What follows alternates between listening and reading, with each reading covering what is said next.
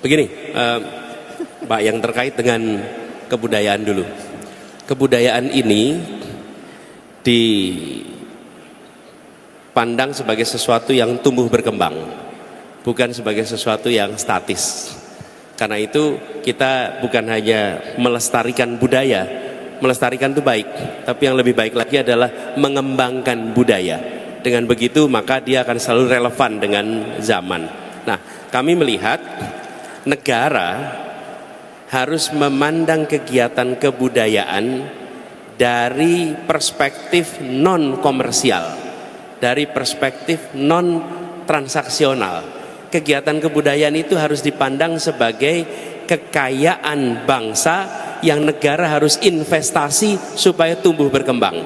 Semua pengeluaran menurut hemat kami di bidang kesehatan, di bidang pendidikan, di bidang keagamaan, di bidang kebudayaan tidak boleh dicatat sebagai biaya, bukan dicatat sebagai cost, tapi harus dicatat sebagai investasi. Itu cara pandangnya beda ketika dia dicatat sebagai investasi.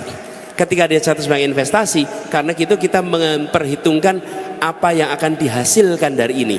Tapi kalau dia dicatat sebagai cost, maka kita akan selalu berusaha mengurangi. Dan apa yang terjadi? Kita mengurangi dana untuk kebudayaan.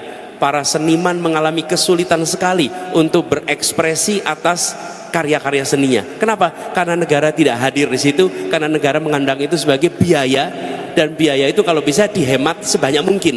Tapi kalau investasi, bagaimana kita bisa menghasilkan dampak yang besar? Contohnya Korea Selatan. K-pop yang sekarang ini populer, itu hasil investasi pemerintah di awal 90-an. Awal 90-an negara memberikan fasilitas yang luar biasa sehingga seniman-seniman Korea itu berkarya dari mulai fasilitas tempat, biaya dan lain-lain. Tapi dampaknya baru dirasakan kapan? 2 dekade kemudian, ketika mereka menghasilkan karya-karya hebat dengan budaya Korea. Kami melihat Indonesia sangat mampu melakukan itu, tinggal negara harus mengalokasikan dana yang cukup. Jadi kami membayangkan, saya beri contoh aja, di Jakarta kita bangun Taman Ismail Marzuki, yang hari ini kalau kita melihat Taman Ismail Marzuki, semua akan bisa bilang bahwa itu adalah sebuah fasilitas kebudayaan yang bisa membuat Indonesia tampil taraf internasional. Tapi yang tidak kalah penting, sanggar-sanggar dibiayai oleh pemerintah.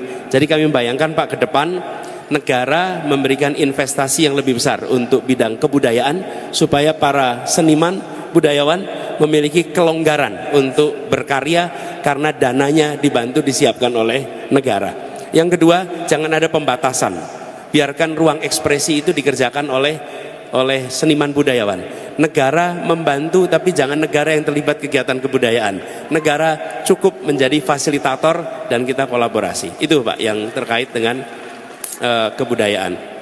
Dan yang kami memandang penting, Indonesia harus punya perspektif lain tentang dunia. Seniman Indonesia, budayawan Indonesia harus bisa menjadi tuan rumah di negeri sendiri dan tamu mempesona di negeri orang. Jadi kita harus dorong untuk keluar negeri, dorong untuk tampil keluar. Karena dengan didorong tampil keluar, dia akan memiliki standar baru dalam berkarya. Hari ini kalau budayawan seniman akan berekspresi di Biennale di mana, sulit sekali. Datang di dalam forum-forum kebudayaan dunia sulit sekali. Kenapa? Karena negara tidak mau membiayai mereka.